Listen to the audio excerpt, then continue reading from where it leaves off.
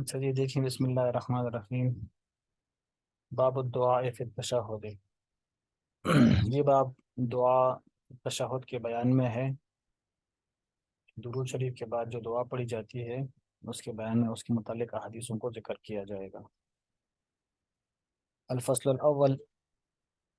اچھا، دعا فی التشہد، اس کی حیثیت سنت کسی ہے؟ سنت ہے، یہ فرض واجب نہیں ہے۔ اور اس میں حکم یہ ہے کہ جو بھی آدمی دعا کرے تو دعا کے اندر ایسی دعا ہو کہ جو قرآن حدیث سے ثابت ہو، ایسی دعا مانگنی چاہیے۔ اور وہ دعائیں جو قرآن حدیث سے ثابت نہ ہوں تو وہ دعائیں پڑھنا جائز نہیں ہوگا، وہ دعائیں پڑھنا جائز نہیں ہوگا۔ اور دوسری بات یہ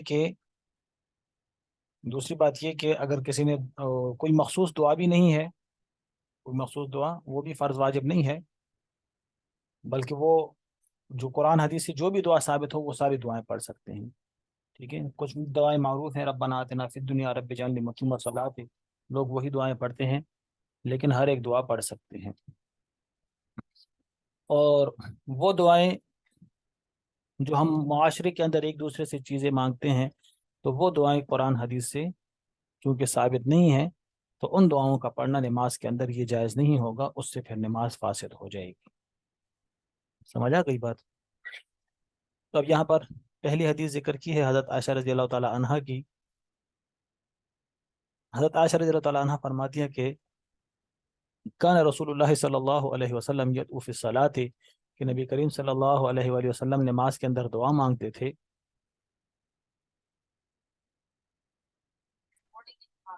نبی کریم صلی اللہ علیہ وآلہ وسلم نماز دعا مانگتے تھے تو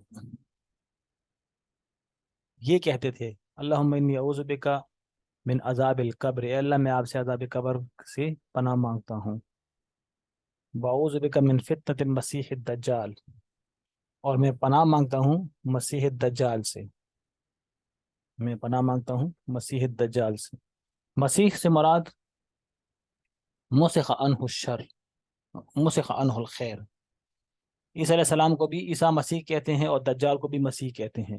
دونوں کے اندر فرق یہ ہے کہ عیسیٰ علیہ السلام کے اندر جو مسیح ہے تو اس کا معنی ہے مسخ عنہ الشر، کہ شر اس سے مٹا دیا گیا، اور دجال کے اندر جو مسیح ہے تو اس کا مطلب ہے مسخ عنہ الخیر، کہ خیر کو اس سے مٹا دیا گیا ہے۔ ٹھیک ہے، اس کا معنی یہ ہے۔ تو اس فتنے سے اللہ کے رسول نے مستقل پناہ مانگی ہے، اس کے لیے مستقل دعا اللہ کے رسول نے ہمیں سکھائی ہے۔ وَأَعُوذُ بِكَ مِن فِتْنَةِ الْمَحْيَا، میں زندگی کے فتنے سے پناہ مانگتا ہوں۔ زندگی کے فتنے سے مراد یہ ہے کہ انسان راہ راست سے بھٹک جائے، گناہوں کی طرف مائل ہو جائے۔ ٹھیک ہے، فتنوں کے اندر، مصیبتوں کے اندر، نافرمانی کے اندر گرفتار ہو جائے، یہ مراد ہے۔ اور وَمِن فِتْنَةِ الْمَمَاتِ، اور موت کے فتنے سے پناہ مانگتا ہوں۔ موت کے فتنے سے مراد یہ ہے کہ حالت نزع کے اندر شیطان انسان کو بھٹکا دے، وسوسے ڈال دے اور ایمان کی دولت سے محروم کر کے ہمیشہ کے عذاب میں مبتلا کر دے۔ اس سے مراد فتنہ ممات ہے۔ تو اللہ تعالیٰ نے سکھایا کہ موت کے فتنے سے بھی پناہ مانگو۔ ٹھیک ہے، وَمِن فِتْنَةِ الْمَعْصَمِ، وَعَلَمَ أَنِّي أَعُوذُ بِكَ مِنَ الْفِتْنَةِ الْمَعْصَمِ وَالْمَغْرَمِ، میں گناہ کے فتنے سے اور قرض کے فتنے سے پناہ مانگتا ہوں۔ معصم اگر ظرف کا صیغہ ہو تو اس کا مطلب ہے کہ میں گناہوں کی جگہوں سے پناہ مانگتا ہوں، جس جگہوں میں انسان سے گناہ ہوتا ہے ان جگہوں سے پناہ مانگتا ہوں۔ اور اگر اس سے مراد معصم مصدر میمی ہو تو پھر گناہ کرنے سے پناہ مانگتا ہوں، اس سے گناہ کرنے سے پناہ مانگتا ہوں۔ اور مغرم میں قرض سے پناہ مانگتا ہوں، اس سے مراد وہ قرض ہے کہ جو قرض انسان عیاشی کے لیے لے، جو قرض انسان ضرورت کے علاوہ جو ہے تو اپنے فضول خرچی کو پورا کرنے کے لیے جو قرض انسان لیتا ہے وہ مراد ہے۔ سمجھا گئی بات؟ وہ مراد ہے، یا وہ قرض جو ضرورت کے لیے لے لیکن ادائیگی کی نیت نہ ہو، وہ قرض مراد ہے۔ لیکن ضرورت کے طور پہ ہو اور ادائیگی کی نیت سے قرض لیا جائے تو وہ تو اللہ کے رسول نے بھی لیا، صحابہ نے بھی لیا۔ سمجھا گئی بات؟ وہ لینے کے اندر کوئی گناہ نہیں ہے، لیکن وہ قرض جو ضرورت کے علاوہ ہو تو ایسے قرض سے اللہ کے رسول نے پناہ مانگی ہے۔ اور وہ قرض کہ آدمی لے تو صحیح لیکن پھر ادائیگی کی نیت نہ کرے، تو اس سے بھی اللہ کے رسول نے پناہ مانگی ہے۔ فقال له قائل ما اکثر ما تستعید من المغرم یا رسول اللہ، کہ اللہ کے رسول آپ قرض سے اکثر پناہ مانگتے ہیں۔ فقال ان الرجل اذا غرم حدث فكذب ووعد فاخلف، کہ اللہ کے رسول آپ قرض سے اکثر پناہ مانگتے ہیں، تو اللہ کے رسول نے فرمایا کہ انسان جب مقروض ہو جاتا ہے تو پھر جب وہ بات کرتا ہے تو جھوٹ بولتا ہے، بات کرتا ہے تو جھوٹ بولتا ہے، وعدہ کرتا ہے وعدہ خلافیہ کرتا ہے، وعدہ کرتا ہے تو وعدہ خلافیاں کرتا ہے۔ تو اس لیے اللہ کے رسول نے ہمیں، اب اللہ کے رسول تو اس طرح نہیں کرتے، ٹھیک ہے، لیکن اللہ کے رسول نے جو یہ پناہ مانگی ہے تو امت کو سکھانے کے لیے اللہ کے رسول نے یہ پناہ مانگی ہے، ٹھیک ہے۔ وعن ابی ہریرہ رضی اللہ تعالیٰ عنہ سے مروی ہے، فرماتے ہیں رسول اللہ صلی اللہ علیہ وآلہ وسلم نے اذا فرغ احدکم من التشہد الاخر فلیتعوذ باللہ من اربع، من عذاب جہنم ومن عذاب القبر ومن فتنة المحیا والممات ومن شر مسیح الدجال۔ اللہ کے رسول نے فرمایا صلی اللہ علیہ وآلہ وسلم کہ جب تم میں سے کوئی آدمی نماز سے فارغ ہو، جب تم میں سے کوئی آدمی نماز سے فارغ ہو تو اس صورت کے اندر پھر وہ چار چیزوں سے پناہ طلب کرے، جہنم کے عذاب سے پناہ طلب کرے، قبر سے پناہ طلب کرے، اور زندگی اور موت کے فتنے سے پناہ طلب کرے۔ زندگی کا فتنہ مراد گناہوں کے اندر مبتلا ہو جانا، اللہ تعالیٰ کی نافرمانیوں کے اندر مبتلا ہو جانا، یہ زندگی کا فتنہ ہے۔ موت کے فتنے سے مراد کیا ہے؟ کہ انسان موت کے وقت ڈگمگا جائے، اسلام جیسی دولت اس کے ہاتھ سے چھوٹ جائے، نعوذ باللہ من ذالک۔ ومن شر مسیح الدجال، دجال کے فتنے سے اللہ کے رسول نے فرمایا کہ اللہ کے رسول نے پناہ مانگنے کی ترغیب دی ہے۔ عبداللہ ابن عباس رضی اللہ عنہما سے مروی ہے، فرماتے ہیں کہ ان رسول اللہ صلی اللہ علیہ وآلہ وسلم کان یعلمہم ھذا الدعاء، کہ اللہ کے رسول نے ان کو یہ دعا سکھائی، کما یعلمہم السورۃ، جیسے کہ اللہ کے رسول نے ان کو قرآن کی کوئی صورت سکھاتے تھے۔ اللہ کے رسول ان کو یہ دعا سکھاتے جیسے کہ قرآن کی کوئی صورت سکھاتے، سمجھ گئے؟ کون سی دعا؟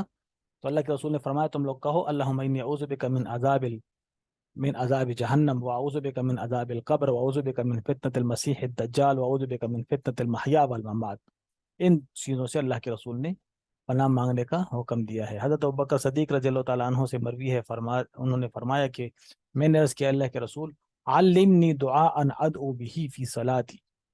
حضرت ابوبکر صدیق نے فرمایا کہ میں نے اللہ کے رسول سے عرض کیا کہ اللہ کے رسول مجھے کوئی دعا سکھا دیجیے تاکہ وہ دعا میں نماز کے اندر مانگا کروں، وہ دعا میں نماز کے اندر مانگا کروں۔ اللہ کے رسول نے ان کو یہ دعا سکھائی، فرمایا تم یہ دعا مانگا کرو اللہم انی ظلمت نفسی ظلما کثیرا ولا یغفر الذنوب الا انت فاغفر لی مغفرۃ من عندک وارحمنی انک انت الغفور الرحیم۔ اے اللہ میں نے اپنے اوپر بہت بڑا ظلم کیا ہے اور آپ کے علاوہ کوئی اور گناہ معاف نہیں کر سکتا، تو آپ میرے گناہوں کو معاف کر دیجئے اپنی طرف سے اور میرے اوپر رحم کیجئے، انک انت الغفور الرحیم، آپ مغفرت کرنے والے رحم کرنے والے ہیں۔ حضرت عامر ابن سعد اپنے والد سے نقل کرتے ہیں کنت قال، فرماتے ہیں کنت ارى رسول اللہ صلی اللہ علیہ وآلہ وسلم یسلم عن یمینہ وعن یسارہ حتی ارى بیاض خدہ، کہ اللہ کے رسول اپنے دائیں طرف اپنے بائیں طرف سلام پھیرتے تھے یہاں تک کہ ہم ان کے چہرے رخسار کی سفیدی کو دیکھ لیتے تھے، یعنی کہ مکمل سلام پھیرنا، صرف جو ہے تو انکیوں سے سلام نہ پھیرنا، مکمل سلام، جب سلام پھرے آدمی تو مکمل چہرہ دائیں بائیں طرف پھیر دیا کرے۔ حضرت سمرہ بن جندب سے مروی رضی اللہ تعالیٰ عنہ فرماتے ہیں کان رسول اللہ صلی اللہ علیہ وآلہ وسلم اذا صلی اقبل علینا بوجہہ، جب رسول اللہ صلی اللہ علیہ وآلہ وسلم نماز پڑھتے تو ہماری طرف متوجہ ہو جاتے تھے اپنے چہرے کے ساتھ، یعنی مکمل پھر جاتے تھے اور ہماری طرف اللہ کے رسول متوجہ ہوتے تھے۔ اب یہ اگلی حدیث کے اندر اللہ کے رسول کی روایت ہے کہ اللہ کے رسول دائیں طرف مڑ جاتے تھے، جیسے کہ یہ کہ اللہ کے رسول ینصرف عن یمینہ، دائیں طرف مڑ جاتے تھے، اور یہاں پر ہے کہ بوجہ ہی مکمل اللہ کے رسول پھر جاتے تھے مقتدیوں کی طرف۔ تو بظاہر تعارض آ رہا ہے، کچھ احادیثوں کے اندر ہے کہ اللہ کے رسول بائیں طرف مڑتے تھے، تو ان حدیثوں کے اندر تطبیق کی صورت یہ ہے کہ اگر اللہ کے رسول نے فوراً جانا ہوتا، گھر کی طرف جانا ہوتا اگر اللہ کے رسول نے، تو گھر کی طرف مڑ جاتے تھے، گھر کی طرف چلے جاتے تھے۔ دائیں طرف مڑنا ہوتا تو پھر دائیں طرف چلے جاتے تھے، اور اگر آپ کو کہیں جانا نہ ہوتا تو پھر آپ قوم کی طرف اپنا چہرہ انور پھیر کر مکمل اپنے قوم کی طرف متوجہ ہوتے تھے۔ یہ تطبیق کی صورت ہے، ٹھیک ہے؟ کہ اگر اللہ کے رسول نے دائیں طرف اگر جانا ہوتا تو دائیں طرف مڑتے تھے، بائیں طرف جانا ہوتا تو پھر اپنے گھر کی طرف چل جاتے تھے، ٹھیک ہے؟ مسجد نبوی کے اندر جو ریاض الجنہ ہے، وہاں پر جو محراب ہے نا، محراب، تو جب میں آپ محراب کی طرف منہ کرتے ہیں تو بائیں جانب، لیفٹ جانب اللہ کے رسول کا گھر ہے، وہاں پر ایک بندہ بھی بیٹھا ہوتا ہے، ٹھیک ہے؟ وہ اللہ کے رسول کے گھر کا دروازہ ہے۔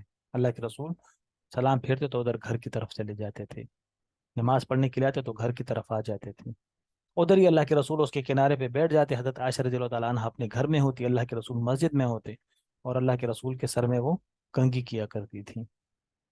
مزہ کی بات۔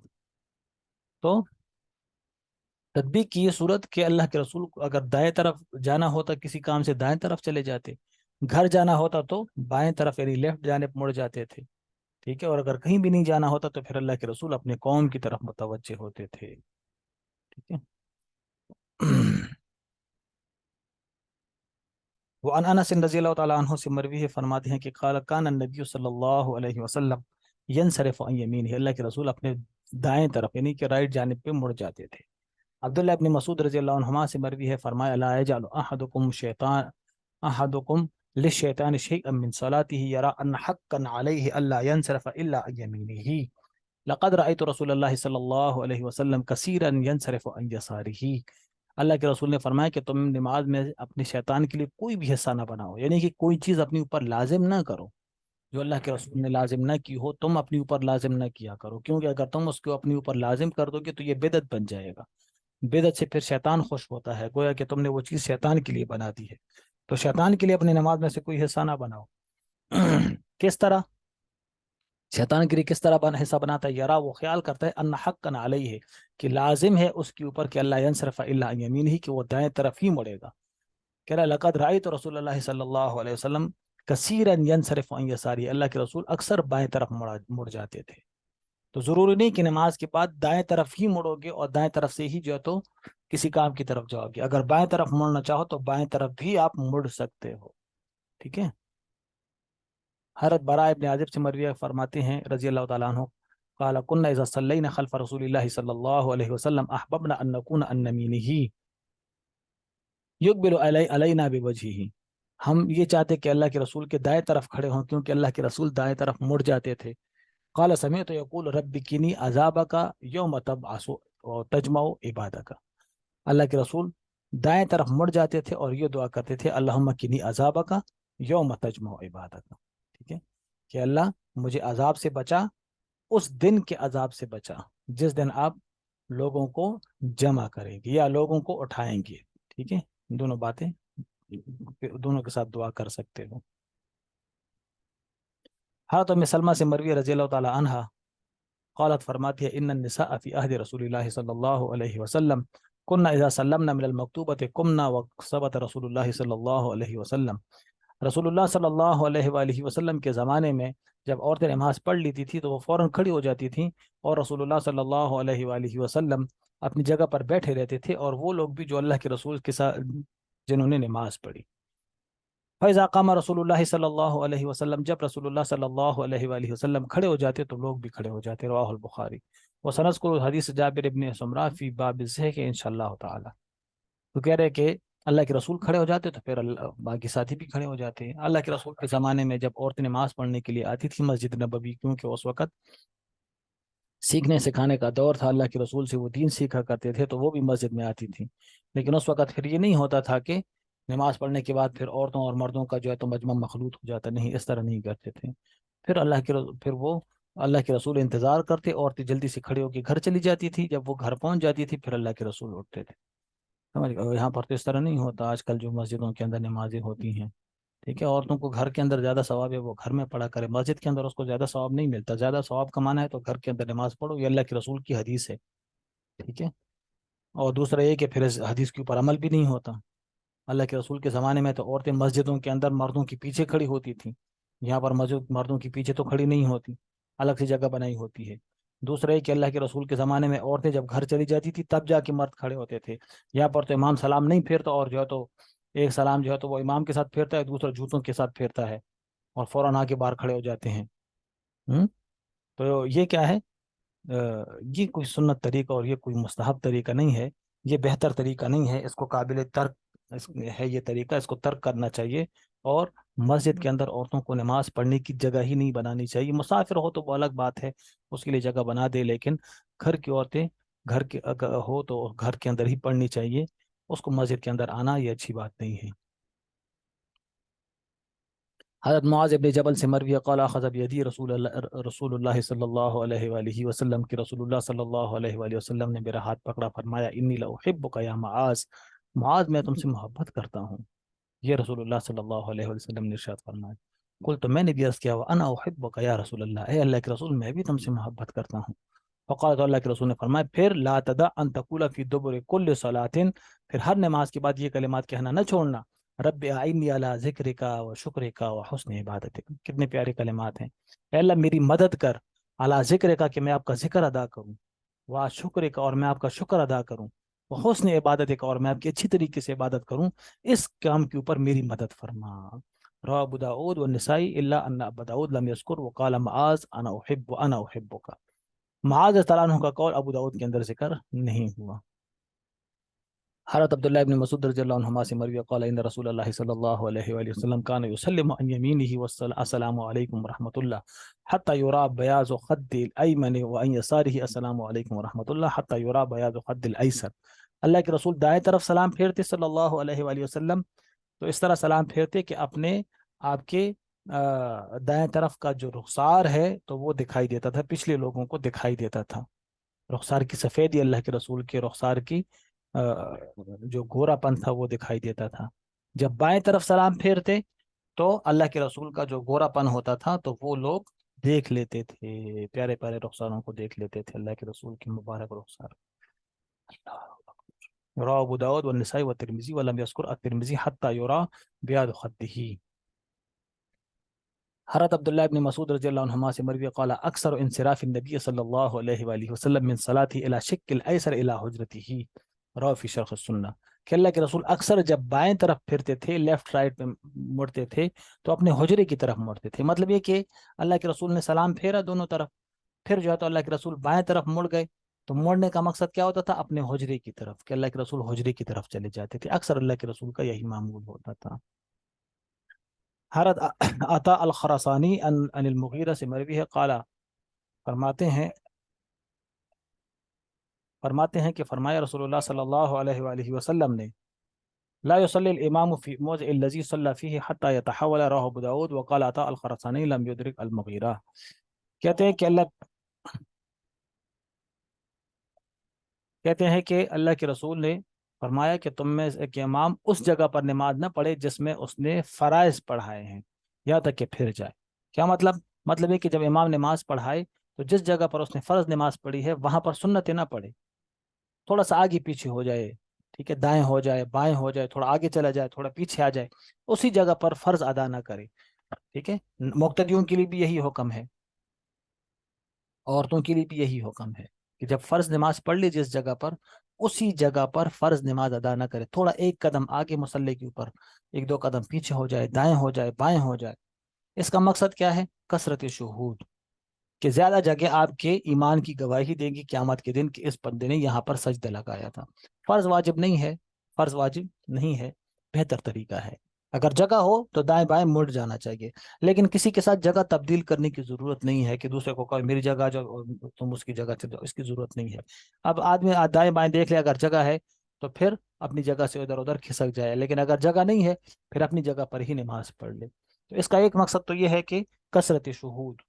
دوسرا مقصد کیا ہے؟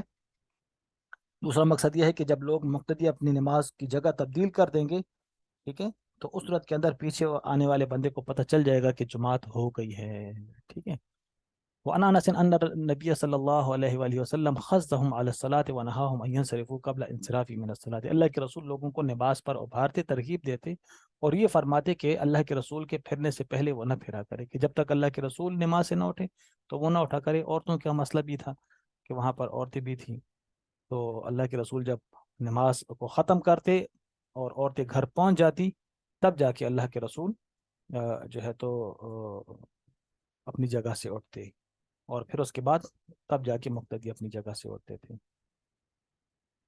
ہر شداد ابن اوس سے مروی ہے، فرماتے ہیں کہ قال کان رسول اللہ صلی اللہ علیہ وسلم یقول فی الصلاۃ، اللہ کے رسول نماز کے اندر یہ دعا مانگتے، اللہم انی اسألک الثبات فی الامر، اے اللہ میں اس امر کے اوپر ثابت قدمی کی دعا مانگتا ہوں، امر سے مراد دین ہے، دین کے اوپر ثابت قدمی کی دعا مانگتا ہوں، والعزیمۃ علی الرشد، اور ہدایت کے اوپر، نیک کاموں کے اوپر قصد کا سوال کرتا ہوں کہ مجھے نیک کاموں کا ارادہ عطا فرما، وہ اسألو کا شکر نعمت کا، میں آپ کی نعمتوں کا شکر کا سوال کرتا ہوں کہ میں آپ کی نعمتوں کے اوپر شکر کروں، وہ حسن عبادت کا، اچھی عبادت کا میں سوال کرتا ہوں، وہ اسألو کا قلبا سلیما و لسانا صادقا، میں سوال کرتا ہوں کہ میرا دل سلیم ہو، سلیم کا مطلب میرے دل کے اندر کینہ، بغض، شرک، نفاق یہ نہ ہو، لسانا صادقا، سچی زبان ہو کہ اس کے اوپر کلمہ طیبہ ہو، جھوٹ نہ ہو، غیبت نہ ہو، ٹھیک ہے، گالی گلوچ نہ ہو، وہ اسألک من خیر ما تعلم، اور میں سوال کرتا ہوں ان تمام بھلائیوں کی جو آپ جانتے ہو، واعوذ بک من شر ما تعلم، ان تمام برائیوں سے میں پناہ مانگتا ہوں جو آپ جانتے ہو،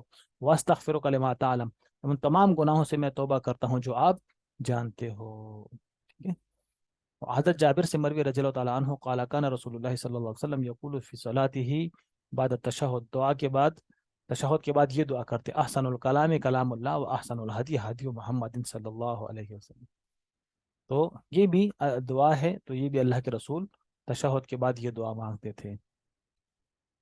حضرت عائشہ سے مروی رضی اللہ تعالیٰ عنہ فرماتی ہیں کہ قالت کان رسول اللہ صلی اللہ علیہ وسلم فی الصلاۃ بتسلیمۃ تلقاء وجهه ثم تمیل الى شق الایمن شیئا، کہ اللہ کے رسول جب سلام پھیرتے تھے تو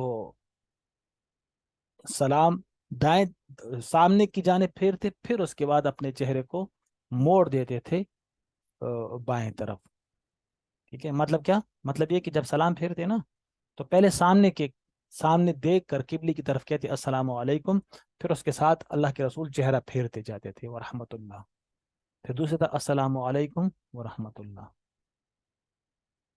ٹھیک ہے، سمجھ آ گئی بات، کیا مطلب ہو کہ تھوڑا سا سامنے کو چہرہ ہوتا اور سلام کے کلمات اللہ کے رسول ارشاد فرماتے، اور پھر اس کے بعد چہرہ موڑ دیتے تھے، پھر السلام علیکم، سامنے چہرہ ہوتا، کلمات ارشاد فرماتے اور چہرہ موڑ دیتے تھے، یہ مانا ہوا، ٹھیک ہے۔